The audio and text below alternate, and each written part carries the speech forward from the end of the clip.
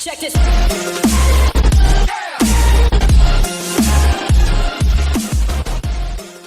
no ball 5 contender, Mr. Restricted Place, Dale Earnhardt comes down and will take his 10th career victory at Talladega.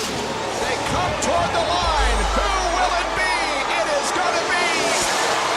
I don't know. It will look like Earnhardt just by a little bit. Will he make a move? He cannot do it. Ricky Rudd wins the 4th Brickyard 400 in Indianapolis. Dale Earnhardt Jr. to the bottom of the track. Jr. will win at Daytona. And the big one happens behind them. Oh my God.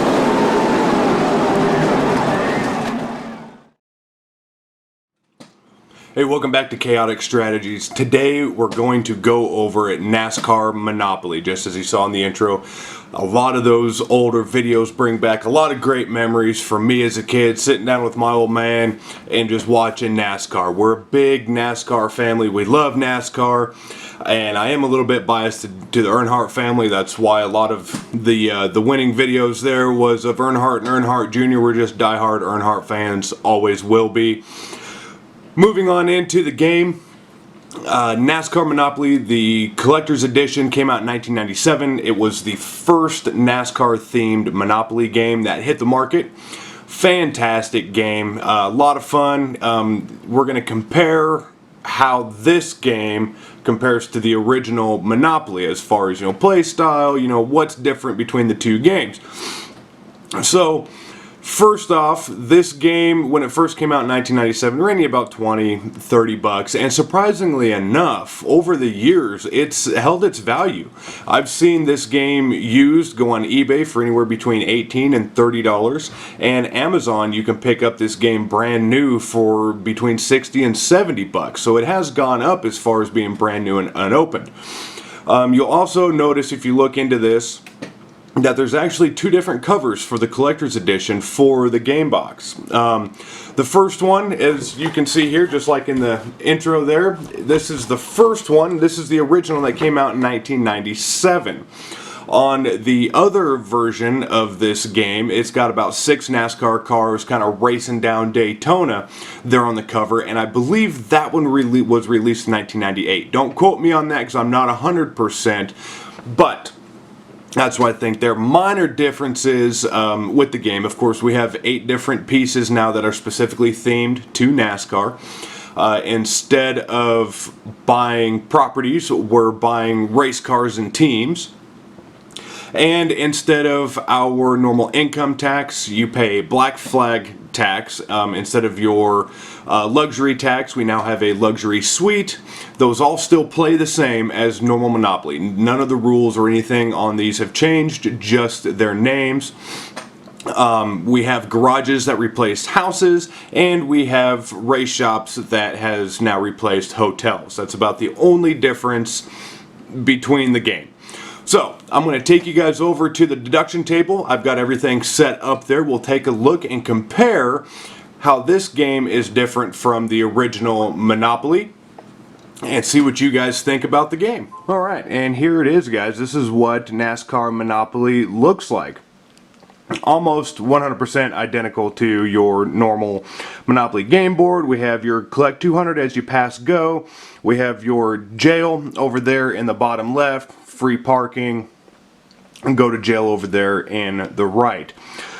Not very different, really. It's still Monopoly. It still plays the exact same as Monopoly, just some minor differences that's more biased towards NASCAR. Again, all of our properties are now race cars. So we can buy Caterpillar, we can buy First Union, Skittles, all the team cars there. Of course, Dale Earnhardt and Jeff Gordon are going to be your 2 hire cards. I mean, those guys had one heck of a rivalry in 1997. They're iconic NASCAR drivers. Even if you're not a fan of NASCAR, you know who Dale Earnhardt and Jeff Gordon are. So those are going to be your top 2 buys there. Our 8 pieces are a little bit different. We have a NASCAR car, we have the checkered racing flags, a steering wheel, the NASCAR emblem, a racing helmet. We have a pit crew member with a gas can, a trophy, and a racing wheel. So other than that, I mean, it's really no different. We still have our chance cards and our community chest cards, like chance. Hey, look at that. Our first one is a get out of jail free card. Look at that. Can't get much luckier than that. But something like, you know, make general repairs on all property. For each garage, pay $25. For each race shop, pay $100. So they're almost, I mean, the cards are pretty much identical as well compared to normal Monopoly. And just wording's a little bit different to fit the NASCAR theme. So we have our chance. We have our speedways. So you have different speedways that you can buy. So you can buy Daytona Speedway, and you can also buy Talladega Speedway, which normally would be your your railroad or your utility cards.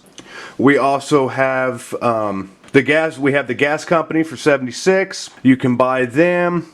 And then we also have Bell South, which during that time was a cell phone company. So that's pretty much it, guys. There's really not a whole lot more to show you here. The play style is all the same. It's just NASCAR themed. Alrighty, guys, and that's my video on NASCAR Monopoly. Really not a whole lot to go over here. I mean, it's still standard Monopoly, just everything is NASCAR based now. Some wording's changed, but the gameplay is exactly the same. If you want to learn how to play Monopoly or get some tips and tricks on Monopoly, I have a video, an earlier video, that my top 5 tips and tricks on how to come out on top on Monopoly. With that, guys, I want you to break that like button, break that subscribe button, comment, share it, do whatever you want to do. Let me know that you're liking these videos. You can also follow us on Twitter, Facebook, Discord, right here on YouTube. I have all the links up in the banner on top. And before I let you guys go, just in NASCAR fashion, everybody wants to see wrecks. So I'm going to leave you guys with some of the top wrecks from 1997 when this game came out. I hope you guys enjoy. Wash your hands, be safe, and we'll see you in the next video. Turn one. Big crash in the center of the field. Collecting 2-3 cars as they broke away. You can see him coming off. That's Jeff Gordon right under Earnhardt. Earnhardt gets into the outside wall, moves over in traffic there. Everybody checked up. There's contact from the car just behind him. Dale Jarrett got into him just a little bit. You can see Ernie Irvin there slamming into the outside wall. And going under him. Car of Amick, or Hutto, the black car, he loses it just by himself there. The back end gets out from under him. He scoots back up across the racetrack, and usually that is not good, and it isn't in this case because the 99 car had spun and hit something back there, and the car number 35 of Lyndon Amick then came along him, and Stan Barrett in the car number 81. Head on into the wall. Yeah, it's Joe Bessie. He got snapped up, and away he went. And there's getting hit again. Oh no, that's Kyle Petty's number 49 that just laced into him. Oh, a car. There's the car that's upside down. That's Cope. I mean, David Green. That's upside down? Yeah.